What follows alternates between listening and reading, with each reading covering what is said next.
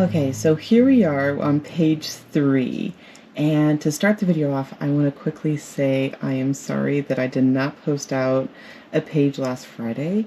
My entire week became chaotic and wild, and by the time Friday came around, it was Saturday. Anyway, so let's get to today's page. And as I'm opening the book, I have a couple things. I started working on the art and I got kind of frozen not knowing where I wanted to go with it, and I didn't want to force it, the artistic inspiration for how to do this. So this is kind of where I was at, and I'm going to come back to this when I feel inspired. And for right now, I am just going to go forward with the rest of the pages, and when I do get the inspiration, I will come back and share. Okay, so these 2 pages, I decided that I'm going to go ahead and leave them blank so that I can put in a table of contexts. That way, as I'm moving forward all these future pages, I have a way to navigate this book in a more easy way. I'm really glad that I thought about this now rather than later and having to insert a page or something. Okay. So as always, I want to say this really quickly. Everything that I am sharing in this video and anything within this playlist is from my own personal practice. It is just the way that I do things. In no way is there one way to do witchcraft. So take what you want of this, and if it doesn't resonate with you, then don't do it. So let's get into the witchery for this week. And the discussion that I am thinking to go into, based on last week, or 2 weeks ago, is of energy.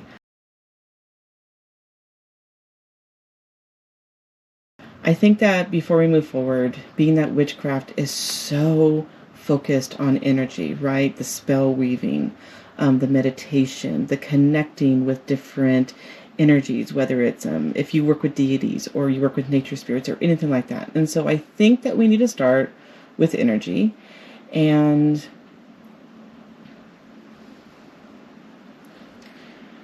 into the concept that of all things is energy, right? The basis of everything within witchcraft always begins with understanding what magic is. And to my understanding, in my own practice, that magic is energy. It is the understanding of it. It is how it interacts with your life. So the earth and the universe is of the seen energy, right? Earth is a vast recycler. As far back in time as we go, whether it's water, soil, the minerals, the flesh and bone, whatever it is, if it's not fossilized, it's generally recycled.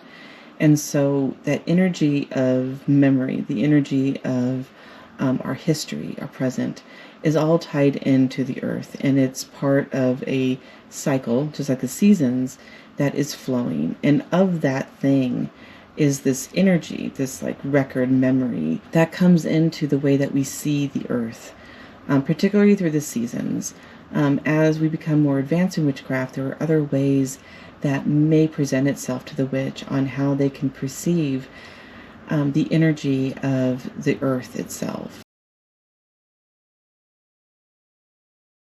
Okay, so all of this that I just said, the seen energies of earth, are what we can perceive with our eyes, what we touch, what we can feel, what we can interact with. Then there is the unseen energy. In the beginning of your craft, to better understand unseen energy is in one way to pay attention to the air, the breeze, the wind, as in how both of them are a part of stillness as well as movement. So we can feel the difference of air inside or outside, whether it's windy or not.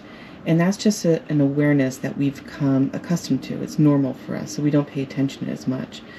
Energy is in that same way.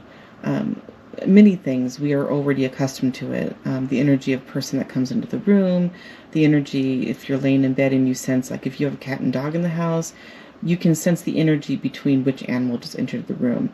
These are things that we become just kind of accustomed to.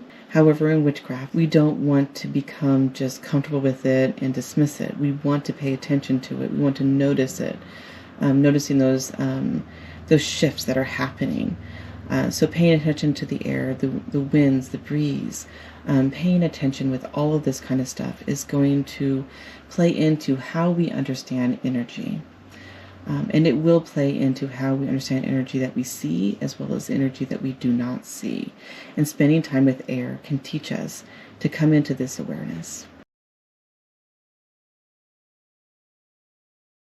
Foundations in witchcraft comes through realizing the connectedness of all things. So the seen and the unseen. There are many ways to connect, and each will be very personal to each witch and their practice. Whatever tradition it is, or whatever non-tradition they're practicing, if they're doing chaos magic, if they are exploring some of the ancient arts, some of the old grimoires, the old traditional, even if they're doing things like, I guess, New Age, whatever their practice is going to deeply connect them into how it is that they are perceiving the world around them, who they are, how they are interacting with the world around them, and how they perceive the world in how they want to interact with their witchcraft, into what books they want to read, what divinations they want to go into, what herbs they want to work with. Are they only going to work with herbs and teas, or are they going to go into working with herbs for spellcraft, for protections, for shadow boxing, for any of the various kinds of witchcraft that we can go to, is going to speak to the experience, the study, the practice that we are getting involved in. And all of this is going to give a personal identification to the energy of that particular witch. Meditation, art, gardening, cooking, nature walks are another way to really connect with your energy, with the world around you. And that can bring us into like camping, if we are interested in camping, whether it's with a tent or an RV, or say we want to go hiking, if we prefer to go backpacking, just being out in nature for the day or for a weekend, just really embracing the world around you. Or this can go into, in your backyard, cloud watching, sky watching, just kind of having a lazy day and watching the world go by. It's really going to be personal to you. Swimming is another way of connecting with water, the difference between being wet in the water, wet out of the water. Surfing can play heavily into that, or bodyboarding, or any kind of water play that you get into if you go into skiing or wakeboarding. We can also find this in climbing trees. We have to connect to the branches to understand which tree limb we're going to put our weight upon, which limb are we going to rest on. So also like caring for animals, whether or not you're volunteering at a shelter or you're just spending time with your own animals. Animals really do understand energy in huge ways. But I think I'll get into that in the next week's page, where I'm going to talk about the energy of the energy language that we always participate in.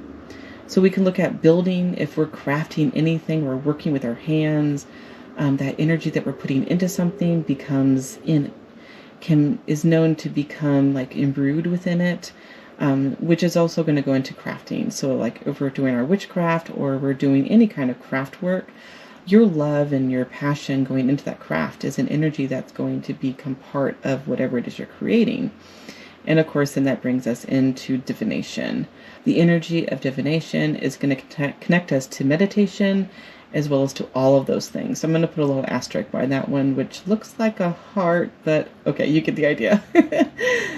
So these are all skill sets that we can use in our witchcraft, which most of us probably don't think as being witchcraft. But there's an old saying that witchcraft is a lifestyle. It really does become part of your everyday. It's kind of all involving. And because of that, it's not so much that witchcraft takes over. It's the fact that you start realizing your connection and the way that you interact in the world ties into your own personal practice. So through the work of connection, one may gain trust in who they are. There's a lot of work in understanding, like, know thyself and how that plays into everything that you do. It plays into your goals, your aspirations, your internal thoughts, the things that you do say verbally, things you share, things you don't share. All of that is going to be tied into your energy. That's going to be tied into your witchcraft and how it is that you weave the magic you do, whether it's spell work or just being a witch. And to begin with, understanding like know thyself is beginning to sense your own intuition. This is kind of an interesting subject because it's a truly self-feelers, right? You have to understand what are your triggers? What are the things that make you feel happy? What are the things that drive you, not because of stress and like public pressure, but because of things that you want to do? Where is your passion? And that is going to tie into your intuition, understanding things that you want in your life and things that you do not want in your life. Energy will show through the sensations in and of the body, the room you're in, and the thoughts that you have.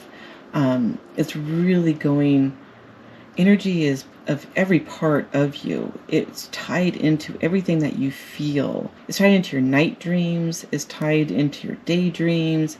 It's tied into journaling. It's tied into the way that you move through the world. So the way that you interact with people that you meet on the street or meet up with who are friends, the way you spend time with family, all of these things have an energy, right? And they're all going to be slightly different from the energy that you have when you are spending time by yourself, when you are just doing you and enjoying your alone time, whatever hobbies they are. All of these things are going to tie into the energy of knowing who you are and understanding your goals in life. And through that is understanding your energy. So all things are living. The soil, the stones, plants, trees, bugs, animals, and you. Among them, they are equal. So as an animist, as myself an animist, or if you want to use the word hedge witch, I find those kind of interchangeable.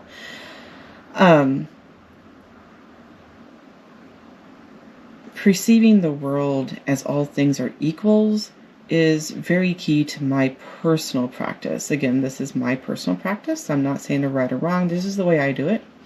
And so the way I'm going to express it or share it, of course, is going to be the right way because it's my right way for me. But for you, find your groove. But for me, the way that I perceive everything that I interact with, things that move, things that have voice, things that don't have voice, I see everything as a living energy. Everything is born, lives, and dies to some degree. And some of it we as humans don't recognize because it's of a different way of doing so, like soil. Most of us don't see soil as living, but if you're a gardener, you'll recognize the difference between a healthy soil and a soil that is dead, that is dry, that has no nutrients in it. I see that as a living thing. So only humans really seek to name everything. Otherwise, energy, in my experience, focuses less on a name and more on the signature of what the energy is that is being presented in the moment. You'll see this a lot with animals, with dogs, with bees. You'll see the way that energy becomes the language, right? This is also something I've noticed in plants when you are partnering them in the garden. You'll notice that some plants become aggressive when they normally aren't aggressive. Their root system will take over a neighboring plant that maybe they aren't compatible with. So this is all tied into the energies. So for one example, so if you imagine if you could that you're standing on a street. On one side is a cow in a field munching on some tasty grass and is going, and this chill cow just enjoying the sunshine, liking the sweet grass, whatever, is going to have one signature energy, right? This cow is in its bliss right now. And then across the street, a field of wheat is just swaying and dancing in the wind, making its own art as it flows here and there, as the wind is like, almost like the wind has its arms out and is running through and making the wheat move. I don't know if you've ever seen that. It's gorgeous. That's its own kind of energy. And it even almost feels like it has a song to it. So the question then becomes like, do they have awareness of each other? Does the cow have an awareness of the living energy of the wheat? Does the wheat have an awareness of the cow? And there are certain studies that we go into, like mushrooms and mycelium, that suggest that maybe there is a communication that we aren't aware of. And so part of witchcraft is embracing science. And so we need to be open to the idea that even in science, there are elements that we're still embracing and exploring and learning, while also staying very rooted in the reality of science and what we already know, is a healthy balance to have, especially when we're talking about energy and witchcraft. So many witches do believe that the animal and the grain are aware of each other, that they share this space, that they sense each other. They sense the change that happens when the cow begins to walk. Plants are known, some plants can even put off, if they're in danger, they put off like a pheromone that can be toxic. So they have an awareness of the environment around them. And these feelings are, in my perspective as a witch, these feelings are the flow of energy. So it might seem like I just like went way off topic, but these things are connected in my perception on how witchcraft plays a major role in my every single day life. The way that I experience the world, the way that I experience seasons, the way that I experience everything. So I think that that's kind of why I'm going to lead next week into the language of emotions. It's a pretty heavy subject, and I could personally talk about energy and emotions until the cows come home. They have a lot of importance in my life, and if there's one thing that I know that comes to me in a strange connection, it's being aware of energies, as well as being able to read energies, or the language of energies, as I like to call it. But let's focus on in the moment. Before we get into all of that language of emotions and such, when we are focusing on ourselves or we're focusing on the world around us, let me think, how do I want to write this? I probably should have had better notes instead of just going from the hip, but this journey of learning this is an experiment. So let me see. Okay. So note the difference in the morning, the noon, and the night of your home, of your work, or maybe just the day. Say you have the day off and you're able to go through the day, paying attention to the different feelings of the day, beyond like yourself, beyond the to-do list. The energy of morning without that to-do list is going to have a totally different feeling or mood as it's going to have during noon or going into the evening. So, and it's going to be different for everyone. And in my experience, it's going to be different per season. So instead of thinking like comparisons, whenever you're watching this video, if you would just like pause and think about your day, whatever moment it is right now, what part of the day you're in, and think about the way it feels right now, and then compare it to, say, 3 or 4 hours, or when you just woke up. That's probably easier. How did the day feel when you woke up?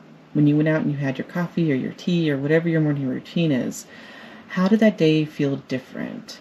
And if you can, like, remove yourself from the to-do list, remove yourself from the tasks that you know are going to be unfolding during that day. What does the day feel like when you wake up? And if that doesn't work, maybe think about right now, pause and hold that into like a memory moment.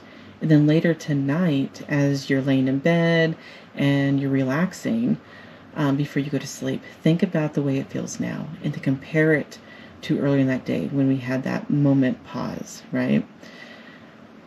become aware of the way that energy flows around your own personal life and how it interacts with you.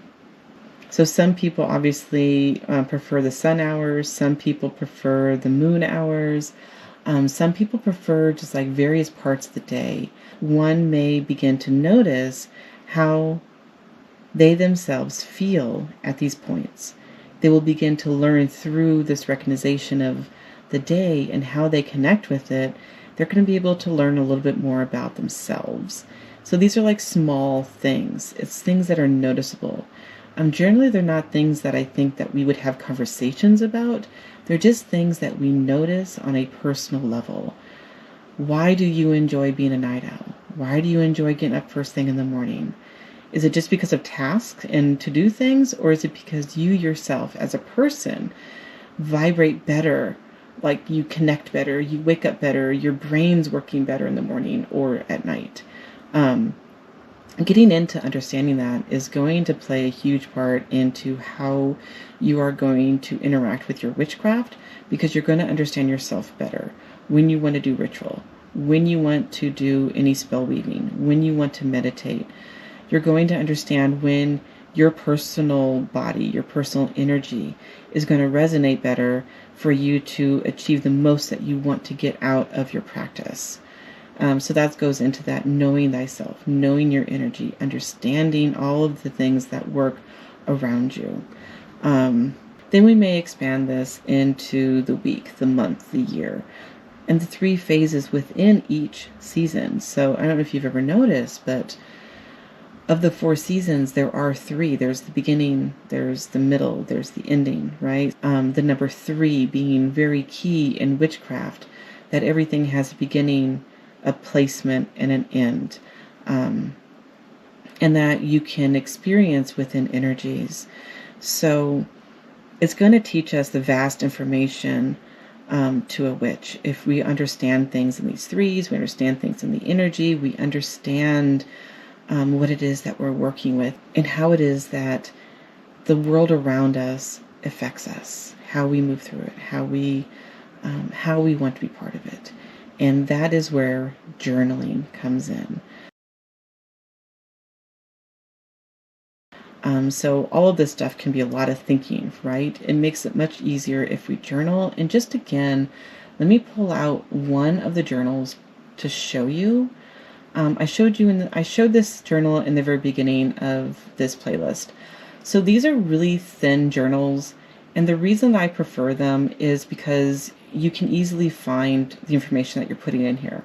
These tend to come in packs of 3s or 4s. I get this one at my local Barnes & Noble, my local bookstore, and it gives me the opportunity to journal about all these different things. Because I've noticed that every year as I grow as a person, as a witch, the way that I interact with the season, the way that I interact with the energies in my life will grow and change. And so journaling throughout life and then going back to them is something that is going to be part of that energy learning within witchcraft, which is going to be so key to understanding who you are, what you want, what are your goals, and navigating the vastness that witchcraft is. We're never done learning in witchcraft because there is so much information. So, okay, so I think that's where I'm going to close it today. If it was rambly, I'm sorry. I'm trying to... Maybe I should have more notes next time. Like an outline. Maybe that would work better. So if there's any questions that you have about the topic today, go ahead and add those in the comments below. I'd love to hear them. I'm sure other people would be willing to answer questions, and I can share some feedback, or maybe take some of the questions and explore them in some upcoming pages. If I miss things, I'm just one person, I'm just one brain. So of course I'm not going to be able to think of everything. And of course I can come back to this topic throughout the month and have more to say on it. I'm just trying to give like a basic foundation and pack in as much information as I can on the one page. So thanks for coming by and spending some time with me. I think this video is actually going to be like over 30 minutes. And so thanks for sticking around, if you've made it to the end. Hope you're having a beautiful day or night wherever you are. And as always, happy witching.